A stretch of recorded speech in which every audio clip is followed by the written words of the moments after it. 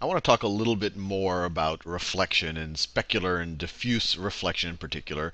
And to start off, I want to make a minor correction to the last video. And it's actually an interesting correction because in this image right here, when I talked about a double reflection, I talked about the light from the sun hitting this pond or specularly reflecting off of the surface of this pond and then reflecting off of this paddle to get to our eye. And when I said where the light ray was passing, I said in the last video, I said it goes from the sun to this point on the surface, because that's where we saw the reflection. And I said then from that point to this point on the paddle and then to our eye. And the correction here, and someone pointed this out on the message board, and it was a very good catch, is that this point is where the light is reflecting to our eye. So, and that's because we see it. We see the sun there. So this light right here is coming directly to someone's eye. Let me draw someone's eye right there, or our eye. Our eye is kind of coming straight out of the page.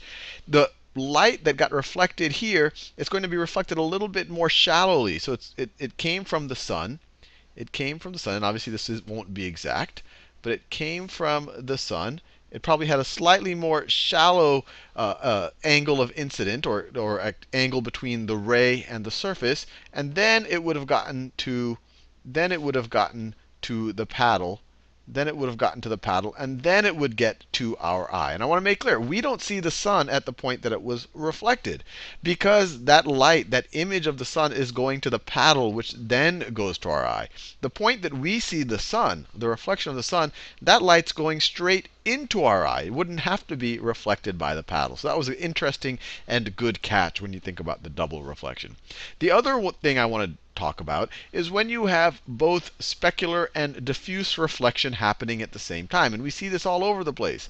Anytime you see kind of a shiny object, something that's not a mirror, but it's a shiny object. And we see that right here in the apple. And just to make this clear, so you can see this white part right here, which we've all seen on a nicely waxed apple, it's like a reflection of the actual light source, while everywhere else it's just kind of the color of the apple. And let's think about what's happening here.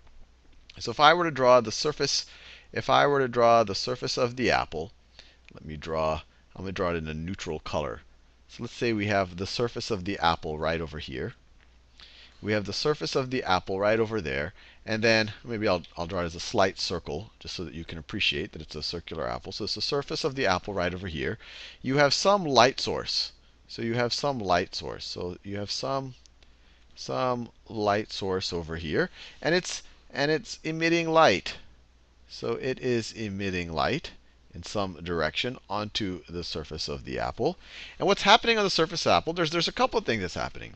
You're having some of this light is reflecting specularly, or another way of thinking about it is it's maintaining the image a little bit, but not all of it. So let me just draw it. So if you're coming in at that incident angle, you're going to leave at that reflected angle.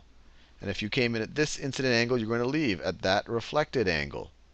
And if you came at this incident angle, you're going to leave at that reflected angle. And I'm doing dotted lines to show you that it's not all of the light that's getting reflected that way. Only some of the light is getting that specular reflection. But if this light were to be reaching your eye, let me draw a proper face. So let's say that this is someone's face right here.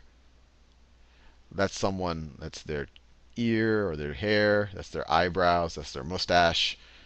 I think you get the general idea. So this person will see a reasonably good version of the light source, which we see right over here. But what's going on the rest of the apple, or even over here, so some of the light is reflecting specularly. It's kind of maintaining the image of the light source, although that's also getting distorted a little bit. But the rest of the light, and let me be clear here, some of it is being absorbed. Some of it is being absorbed by the actual surface of the apple, but the rest of it is reflecting red light. What we see is actually what the apple does not absorb, what the apple is reflecting. But that red light, that mainly red, I mean it's a bunch of different shades over here, is reflecting diffusely. So that pure light comes in here. Some of the pure light gets reflected specularly, or kind of purely maintaining the image. But some of it, because the surface of the apple isn't smooth, is going in all sorts of directions. So some of it's going like that, some of it's going like that, some of it's going like that. And that's happening at every point on the apple. So that light source, let me draw more of the light source. So rays coming in from our light source. but every point of the apple is also having this diffuse reflection, which is reflecting only the red part of the spectrum. It's absorbing all of the other parts of the spectrum. And so what you see is that point where you're getting the pure specular reflections, that's the point that looks shiny, where you can kind of see the light source. And from every other point on the apple, where only this guy right here is only getting the diffuse red light. And that's why if you move the apple, or if you're actually even better, if you move where you're looking at the apple, that point of reflection is going to look like, if I start looking from this direction, I'm going to get a different point of reflection, because I'm going to start seeing the light. Let's say that someone's eyeball is actually right over here. So that's their eyebrows, that's their eyeball, that's their nose. You get the general idea. So let's say this person, that's their ear, I don't want to get too involved in drawing. But let's say that this person is looking at this super ginormous apple now relative to him. He's not going to see this white spot there. He's going to see the white spot on the point where it looks like where he's getting the right angle, where the rays are coming in. Let me do it in a different color. So let's say the light source is above us. So the light source is coming straight down, to the apple. And then if it's the right angle, if the angle of incidence and angle of reflection relative to the surface of the apple, and we can draw that out. We can draw perpendicular to the surface of the apple. This is the angle of incidence. This is the angle of reflection.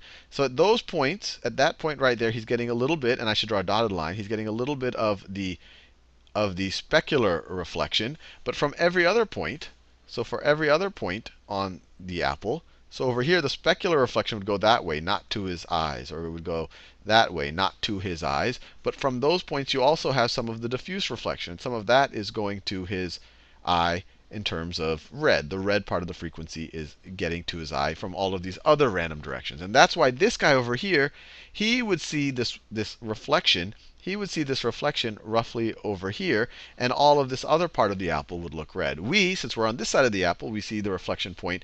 The light is coming straight down from our light source, bouncing right here, and then coming straight out towards our eye. Coming down and then reflecting, coming straight out towards our eye. It's also coming down on these other points. But those other points are going straight out to some place where our eye isn't. And instead, we're just seeing the diffuse part that is actually coming to our eye. Anyway, hopefully you found that a little bit more, filled in a couple of the gaps of the last video.